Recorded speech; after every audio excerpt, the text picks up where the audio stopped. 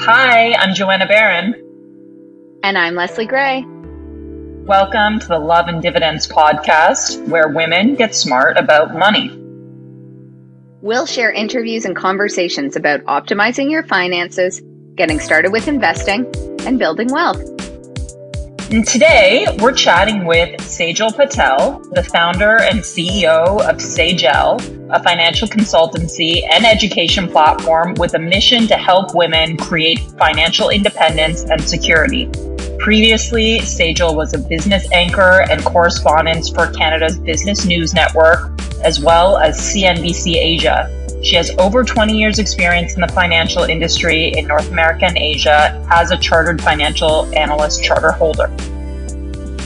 So we leverage Saijal's expertise today as she tells us about how gender, culture, and upbringing impact financial security, about money mind over matter, and her recommendations for women to be in complete financial control, as well as the common financial mistakes she sees people making. Enjoy! We are here, finally, very thrilled to be here with Saijal Patel of Saij Elle, who has a very interesting business focus on women, wellness, wealth building. I was kind of stalking you on the internet this weekend, Saijal, and I just think what you do is so cool. So can you tell us a bit about your business? And it's so clearly inspired by, I think, it's so clearly authentic to you. So I'd love to hear about sort of your personal journey that led you to create this business. Yeah, sure. Well, first of all, thank you so much for having me on because I stalked you guys as well. and what was exciting about coming on was that I feel like we're so aligned in why we want to empower women. So let me tell you a little bit about my business, as you mentioned. So I started my financial education and consultancy platform, is what I call it, Saij Elle, about 2.5 years ago. And so I've been working in the financial industry for more than 20 years in various capacities. I studied finance and accounting. I started in the advisory business and then actually working with clients, building in-depth financial planning for them, like actual reports. And then I always thought I was going to run money at some point.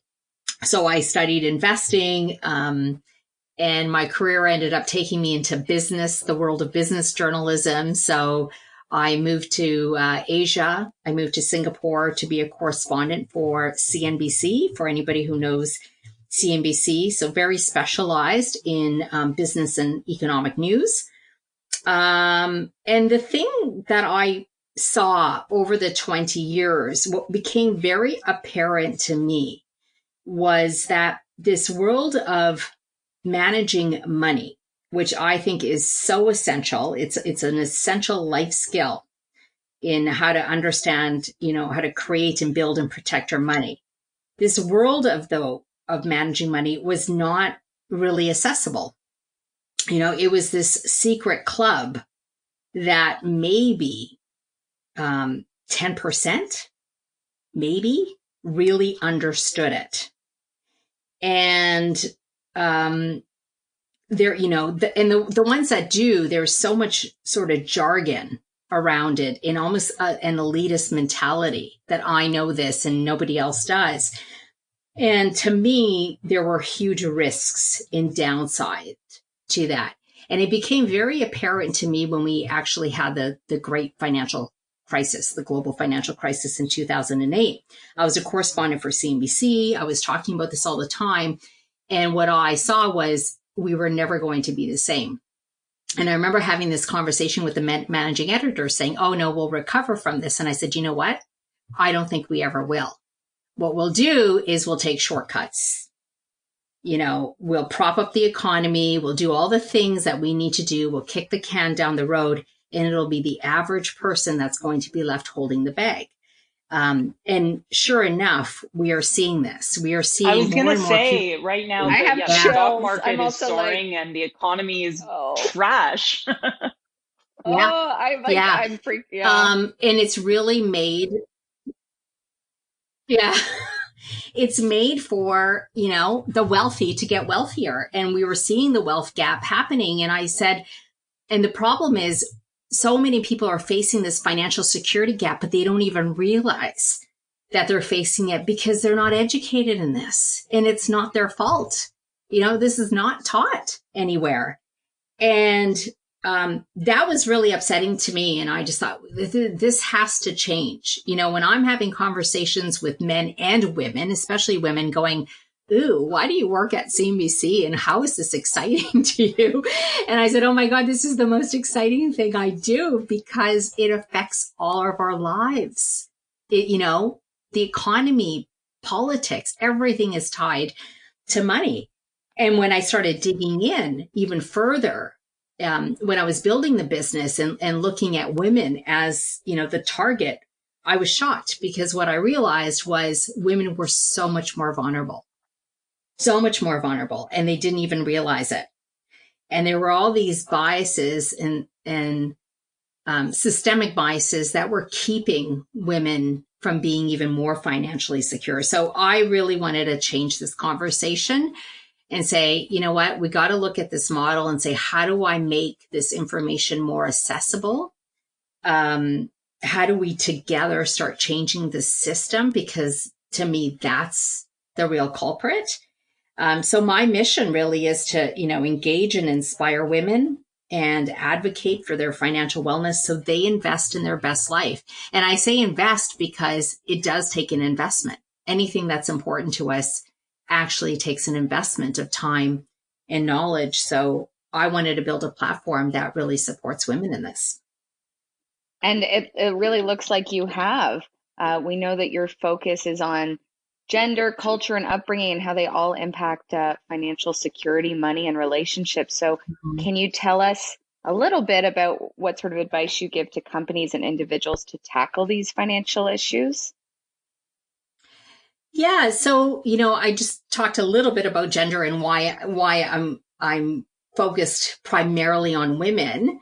So one of the messages that I have when it comes to gender is that women and men, view money differently, and two, have very unique and different challenges.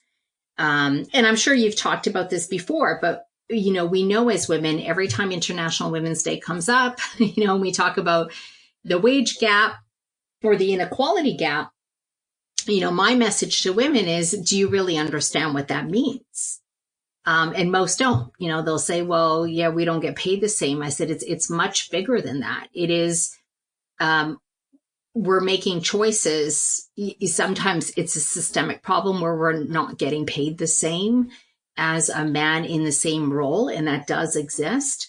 Often it's because of cultural and social norms that we're not taking that high paying job and we're not raising our hands for the promotion. So that's affecting us. We're taking career breaks.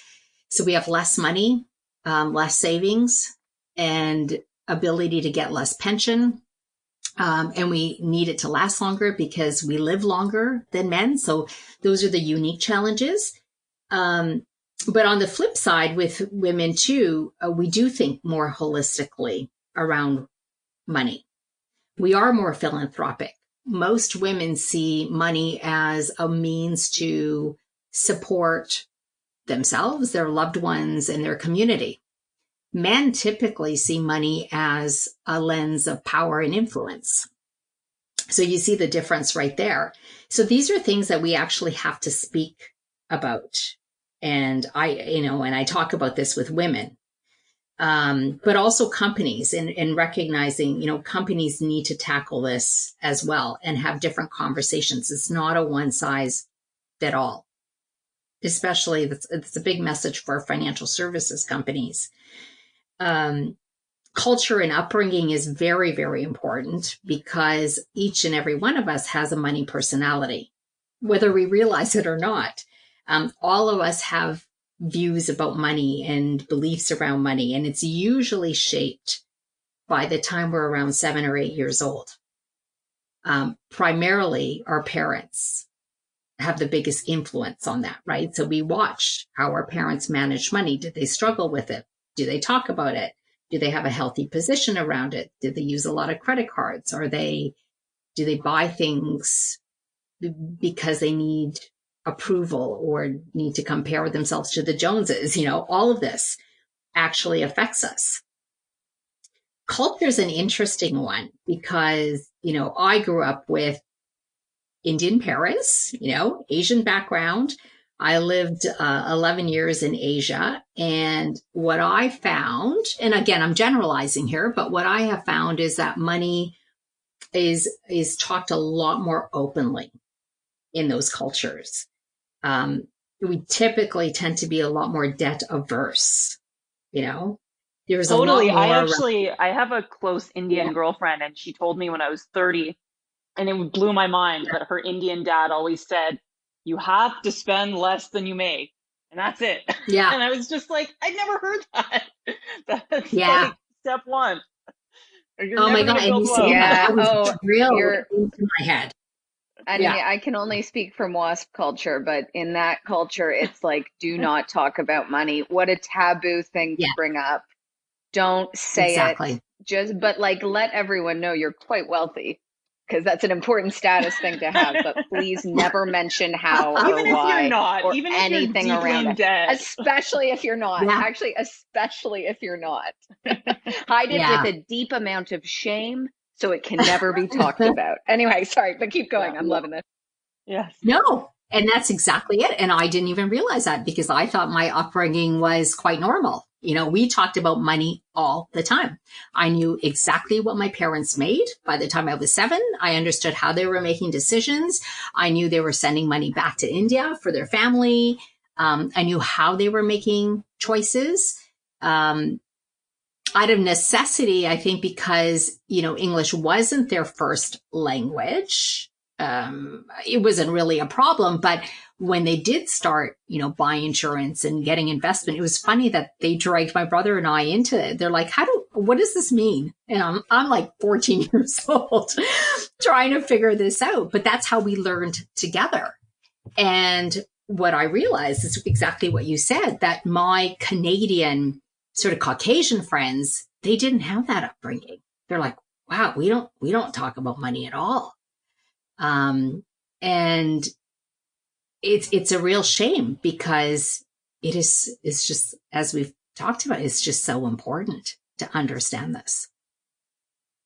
Yeah, so that leads into the next thing I wanted to pick your brain about. It kind of, you touched on it, but you teach that the first step is mind over matter. Money is mind over matter, and this probably has to do with your wellness focus, but apart from upbringing, because you teach people who may have had, the worst money upbringing, and they are hopefully not beyond repair. So in which way is a mindset going to be fundamental? Oh, mindset is, I always say, mindset is 80%. I can teach the literacy part. Here's how you invest. Here's how the best way to pay the credit card debt down, whatever that may be. But unless you fundamentally understand your behaviors and where they are coming from and the story that you are telling yourself that is stopping you, the literacy part is a waste. I use the analogy around exercise, right? Everyone pretty much knows how to lose 10 pounds.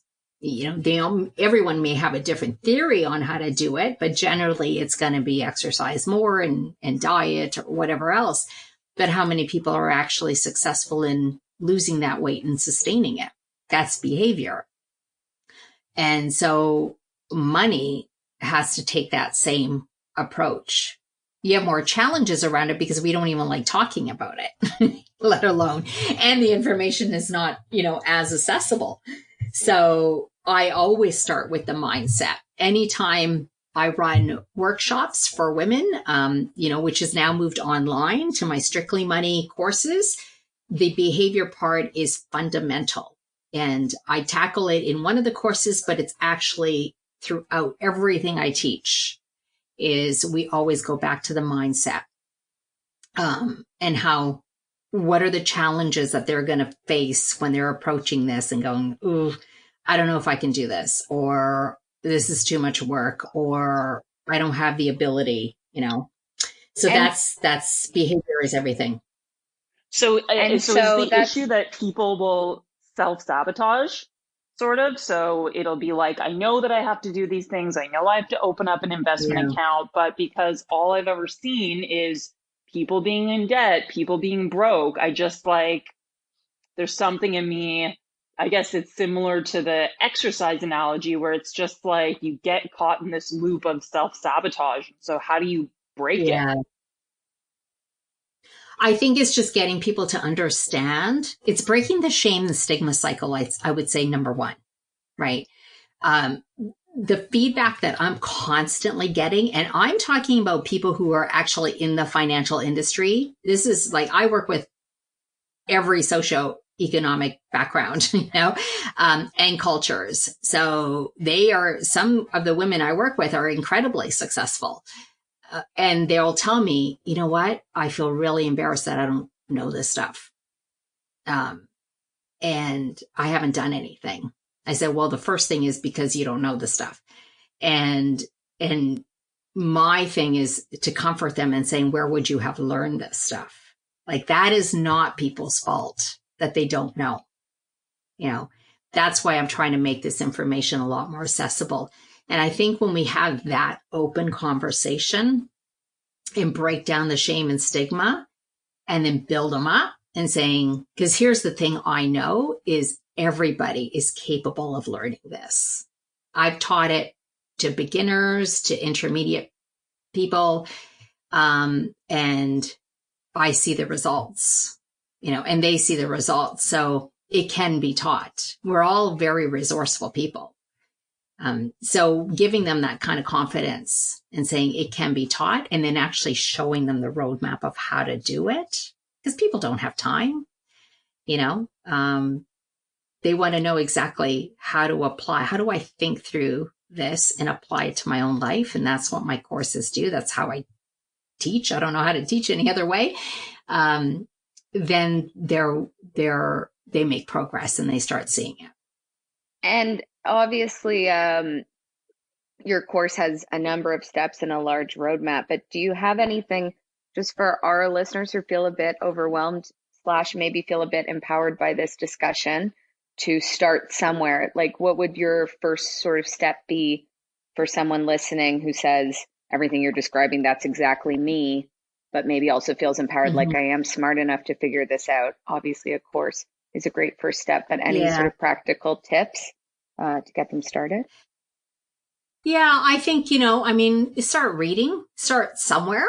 There's a lot of information. Obviously, I can say go to my website, but there's a lot of other information out there. So I would just say start somewhere and start reading, taking an interest in this. And then writing down, what it is that you want to achieve. I mean, I always say Google is our best friend. We have so many resources out there that we wouldn't have had 15 years ago. So I would definitely start there. But going back to the mindset, I think what's really important, and I think why so many people are not willing to do it, is in the back of their mind is that fear, that they're not going to be able to figure this out, or it's just too overwhelming. And my message is it's not. It doesn't need to be. It feels like that, but it really isn't. And the other thing is, my biggest message is it's just too important to ignore. I always tell people, no one will care about your financial situation and your financial security more than you. No one. Not even your parents, or advisor, or kids, or partner, because when it comes down to it, and if they are struggling, they're going to look out for them.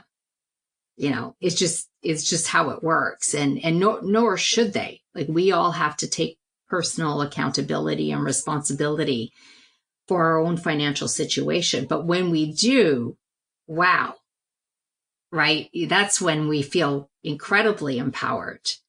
And we can give back. When we're taking care of ourselves, that's when we can take care of our kids and family and community. But it has to start with our own personal responsibility.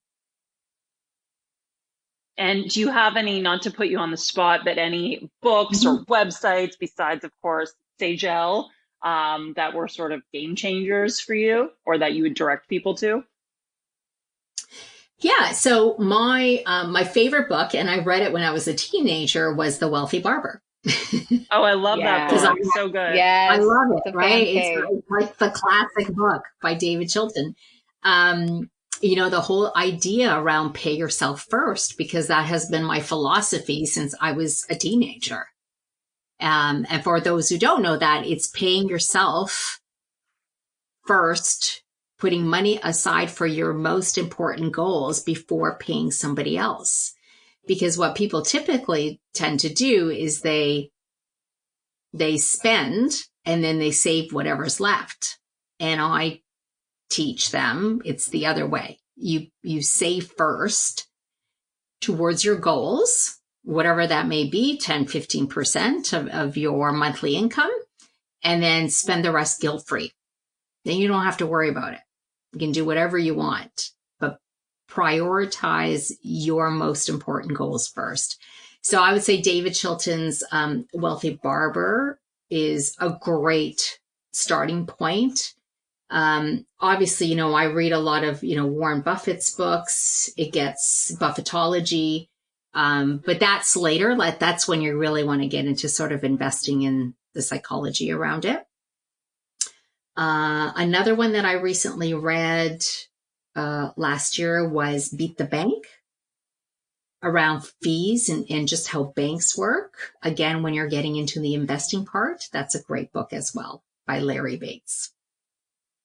Interesting. Yeah, the banks have a really good racket going on. They hold all our money, they make interest on it, they invest it, and then they charge us for having it. Yeah, it's good to be a bank. They charge us on our own money. Yeah. So besides what you just mentioned about the importance of paying yourself first, which is, I totally agree, fundamental. What are the most common sort of missteps that you see even amongst people who are earnestly trying to get themselves on a good track? What do you see as the most common mistakes?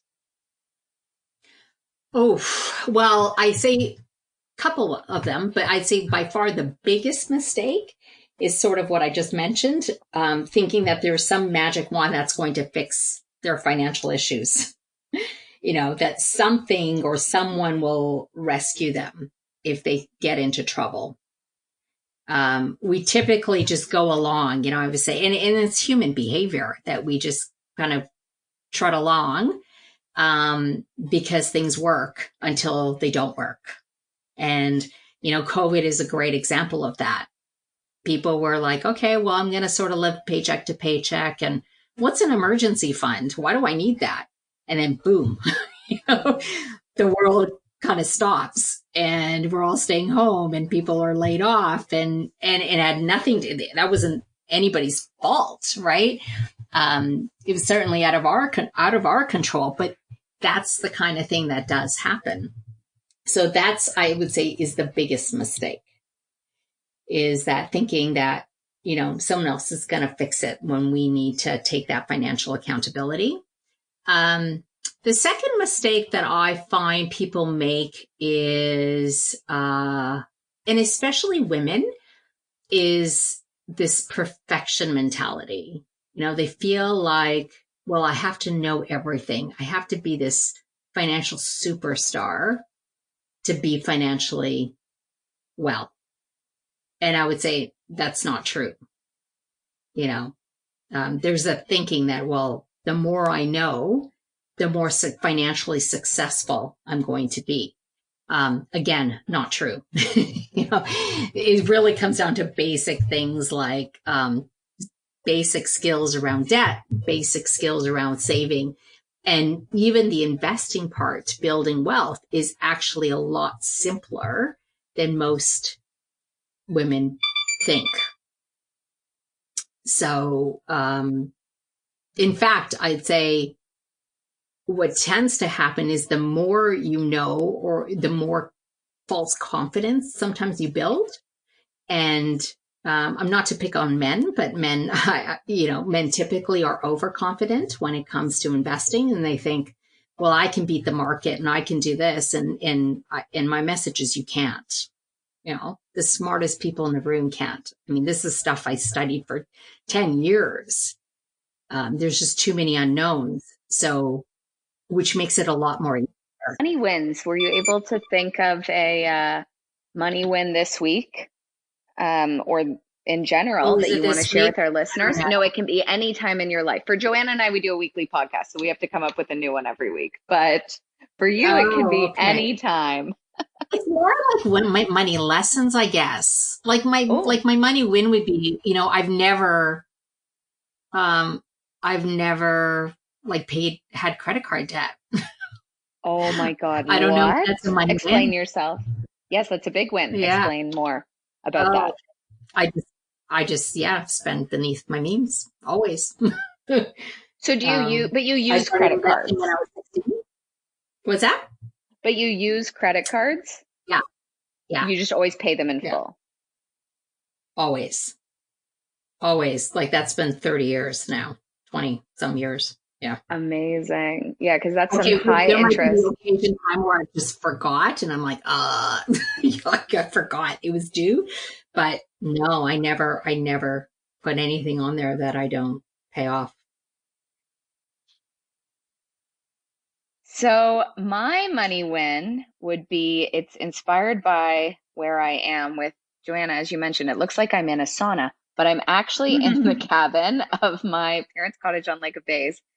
And right near where I'm sitting, I'm going to try to turn this camera so Joanna can see, there is a fireplace, and above it is a beautiful piece of art made right here in Ontario by a Canadian designer. That's it. Called Rusho Designs.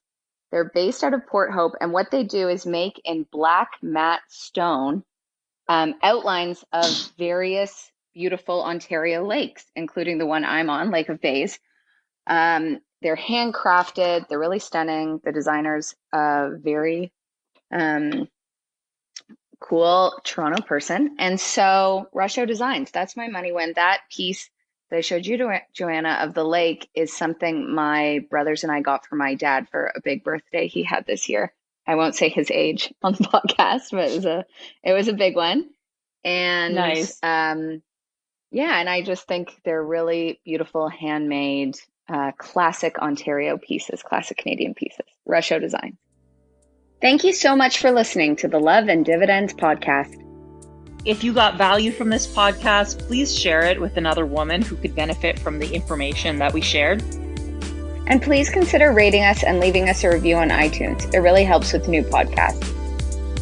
If you have questions about finances and investing, have suggestions for future topics or guests, please let us know. You can shoot us a DM on Instagram, Love and Dividends, or you can send us an email at hello@loveanddividends.com. With Love and Dividends.